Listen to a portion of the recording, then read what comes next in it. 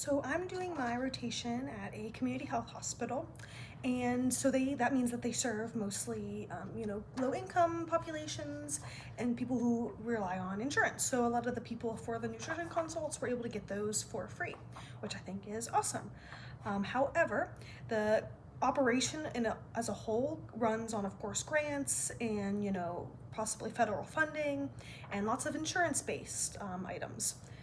And so something that I found was really frustrating, especially for kind of where we're at today in the nutrition field, was that my preceptor told me that they don't have access to, and she's still fighting for, to get access to the nutrition care manual. And I just thought that was kind of insane because they don't give them any other resources. And I was kind of under the impression that the nutrition care manual was like a baseline, every place had that if you had a dietitian because it's such a valuable resource. And so my preceptor told me that she had been advocating with the heads of the hospital to try to get this resource for her and the other dietitians. So currently at the facility, there are 6 dietitians throughout all their locations. And so I just pulled up kind of as my little thing right from the nutrition, or the Academy of Nutrition and Dietetics, this little price sheet. So one thing that the head of that hospital and that program is concerned about is the price of the nutrition care manual.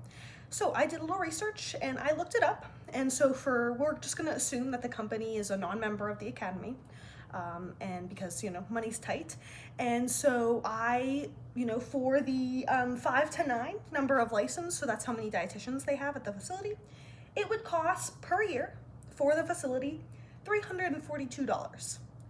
I thought that was a very reasonable, and out of all the things to spend, $342 on as a hospital and as an organization, I think the nutrition care manual should be a huge something that they value and that they should let the dietitians have, because to me that's like a baseline resource to give to dietitians. So I thought that was a little frustrating and kind of a little shocking, especially seeing that it only does cost the organization $342 a year.